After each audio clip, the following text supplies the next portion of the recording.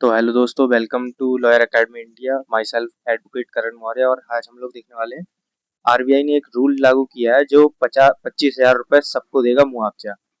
अब वो कैसे देगा वो हम लोग देखने वाले हैं। और अगर आप लोग चैनल से नहीं जुड़े हैं तो जुड़ जाइए, क्योंकि मैं ऐसी अपडेट लाता रहता हूँ आपके एग्जाम्स के रिलेटेड और ऐसी जो लीगल न्यूज़ होती है वो। तो चलिए शुरू करते हैं, ठीक है। तो कैसे देगा, ठीक है, ये देखते हैं। हमारे जो इंडिया में है 20 लाख से अधिक लोग क्या करते हैं, यूपीआई का लेन देन करते हैं। 13 लाख से ज्यादा लोगों ने आज तक साइबर फ्रॉड की शिकायतें की हैं, ठीक है। 2023-24 अभी तक का तो डेटा आया नहीं है। 1750 करोड़ से अधिक का तो साइबर फ्रॉड हो चुका है।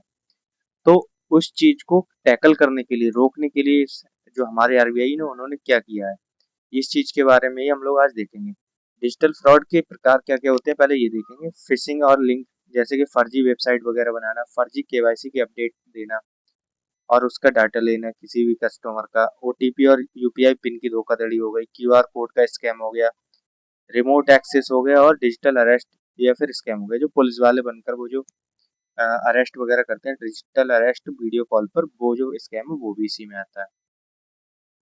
अब देखते हैं कि ये कैसे लागू होगा, मुआवजा कैसे मिलेगा। आरबीआई ने 24 जून को एक अधिसूचना जारी की थी जिसमें बोला था कि जो भी यूपीआई या फ्रॉड या फिर ऑनलाइन फ्रॉड से पीड़ित लोग हैं उनको 25,000 रुपए का मुआवजा मिलेगा।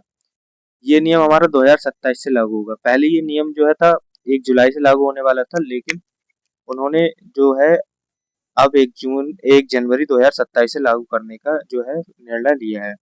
इसमें क्या क्या कैसे मिलेगा वो देखते हैं। मुआवजा कितना मिलेगा, नुकसान का 85% या फिर 25,000 रुपए तक मिलेगा। जो भी कम होगा वो मिलेगा, ठीक है। अधिकतम नुकसान की सीमा 50,000 तक के फ्रॉड पर लागू होगी। 50,000 से ऊपर का कोई फ्रॉड होता है तो उसमें नहीं मिलेगा। खर्च कौन उठाएगा, आरबीआई उठाएगा अधिकांश भाग, और बैंक उठाएगा 15% और ग्राहक की 15% की कटौती हो जाएगी। कितनी बार मिलेगा, केवल एक बार मिलेगा पहली घटना पर, ठीक है। कोई पहली घटना होती है तो उस पर मिलेगा, और वैसे 2-3 बार हो गई तो उनका कहना ये है कि आप खुद ही जागरूक नहीं हो उस चीज को लेकर, तो आपको बार बार नहीं मिलेगा। पायलट अवधि क्या, पहले 1 साल पायलट के रूप में चलेगा, ठीक है। किसे मिलेगा, व्यक्तिगत खाताधारक या फिर छोटे व्यापारियों को। पात्रता क्या रहेंगी इसकी, मुआवजा मिलेगा अगर UPI banking, mobile banking, debit card से रिलेटेड फ्रॉड हुआ है तो, नुकसान 50,000 से कम होगा तो, और फ्रॉड की रिपोर्ट समय पर बैंक को करी गई है तो, और ग्राहक ने जानबूझकर लापरवाही न बरती हो और बैंक में रजिस्टर्ड मोबाइल नंबर अपडेट हो तो। मुआवजा कब नहीं मिलेगा, तो ग्राहक ने खुद ओटीपी या पिन शेयर किया हो तो, यूपीआई पिन डालते समय ग्राहक को चेतावनी दी है और उसे उसने नजरअंदाज कर दिया तो, नुकसान 50,000 से अधिक मिल गया हुआ है तब नहीं मिलेगा आपको, बैंक में मोबाइल नंबर ईमेल अपडेट नहीं है तो नहीं, फ्रॉड की जानकारी देरी से की गई तो नहीं मिलेगा, ठीक है। विशेष ये ध्यान रखने वाली चीज ये, क्रेडिट कार्ड फ्रॉड पर शिकायत बैंक को 5 कार्य दिवसों में देनी पड़ेगी, और जो शैडो रिवर्सल करना होगा, बैंक चाहे ग्राहक की कुछ लापरवाही होने पर भी मुआवजा दे सकता है, वो बैंक के ऊपर डिपेंड करेगा, ठीक है। तो इसमें इम्पोर्टेंट ये चीज है, आप शिकायत कैसे करेंगे। जब आप लोगों को सभी को पता है कि जब भी हम लोग के साथ कभी फ्रॉड होता है, आपके साथ भी अगर, या आपके किसी परिवार वाले के साथ या रिश्तेदार दोस्तों के साथ हुआ तो प्रोसेस होता है उसके, तो वो प्रोसेस देख लेते हैं वो क्या होता है, ठीक है, जिससे आपको आराम से समझ में आ जाए। तुरंत हम बैंक को सूचित करेंगे, फ्रॉड होते ही बैंक कस्टमर केयर पर आप कॉल करेंगे और बिल्कुल जल्दी से जल्दी रिपोर्ट करेंगे। साइबर क्राइम पोर्टल पर आप रिपोर्ट दर्ज कर सकते हैं, cybercrime.gov.in पर, या 1930 पर भी कॉल करके एफआईआर दर्ज करा सकते हैं, और एफआईआर नंबर नोट कर लीजिएगा। बैंक में एक लिखित शिकायत भी देनी है और सभी स्क्रीनशॉट वगैरह उसके साथ अटैच कर देने हैं अपनी आईडी के साथ। जांच की समय सीमा होती है, घरेलू फ्रॉड अगर हो गया, मतलब इंडिया के अंदर हुआ, तो 45 दिन में निपटारा होता है। अंतरराष्ट्रीय फ्रॉड हो गया तो 60 दिन में निपटारा होता है। देरी पर बैंक को कारण बताना होगा। बैंकिंग लोकपाल से आप अपील कर सकते हैं। अगर बैंक आपका जो है शिकायत को नहीं निपटाती है तो फिर बैंकिंग लोकपाल से आप अपील कर सकते हैं। बैंकों की जिम्मेदारियां और आरबीआई के निर्देश क्या है वो देखते हैं। फ्रॉड डिटेक्शन सिस्टम बैंकों को लाना पड़ेगा, एआई और मशीन लर्निंग से। जांच की समय सीमा 45 दिन और अंतर्राष्ट्रीय के लिए 60 दिन होती है। ये तो मैंने आपको बताई दिया। खाता धारक ग्राहकों का रजिस्टर्ड मोबाइल नंबर और ईमेल अपडेट होना चाहिए। अलर्ट सिस्टम, हर लेन देन पर एसएमएस और ईमेल अलर्ट अनिवार्य हो गया है। यूपीआई पिन डालते समय फ्रॉड की चेतावनी दिखाना बिल्कुल जरूरी रहेगा।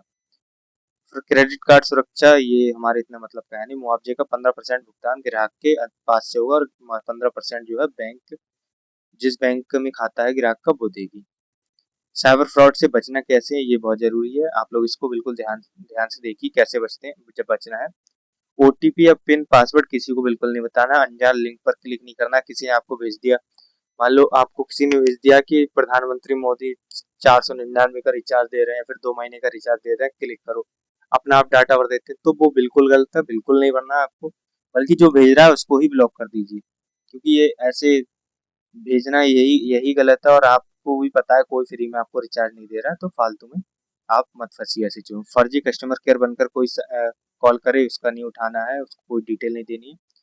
क्यूआर कोड स्कैन करके पैसे बिल्कुल नहीं भेजने हैं अगर आप नहीं जानते कि कौन है कौन नहीं है। बैंक अलर्ट चालू रखें बिल्कुल, एसएमएस और ईमेल वगैरह, और तुरंत 1930 पर कॉल करें अगर आपके साथ कोई फ्रॉड होता है। और आरबीआई का मुआवजा ढांचा कैसे है वो देखते हैं शॉर्ट में एकदम समरी। लागू होने की तारीख 1 जनवरी 2027 होगी। अधिकतम मुआवजा 25,000 तक मिलेगा, नुकसान का 85%। नुकसान की सीमा 50,000 तक के फ्रॉड के साथ पर है। कितनी बार? बिल्कुल एक बार ही मिलेगा लाइफ में। पहली बार ही अगर फ्रॉड होता है तो लाभार्थी व्यक्तिगत या फिर कोई बिजनेसमैन हो सकता है, और आरबीआई अधिकतर खर्च उठाती है। और जब भी आपके साथ कोई भी घटना हो तो 1930 पर कॉल करें, या फिर थाने में जाएं, और थाने में न जाकर आप, मैं तो कहता हूँ साइबर क्राइम की कंप्लेंट करिए ऑनलाइन। अगर आप नहीं कर सकते हैं तो आप मेरी बिल्कुल मदद ले सकते हैं। आप लोगों को बस मेरे को व्हाट्सएप कर देना है, या आपको व्हाट्सएप का जो डिस्क्रिप्शन है वो आपको मिल जाएगा, डिस्क्रिप्शन में लिंक। अगर आपको कोई हेल्प चाहिए तो आप मेरे को बता सकते हैं। ठीक है, बाकी मिलते हैं नेक्स्ट वीडियो में, तब तक के लिए थैंक यू।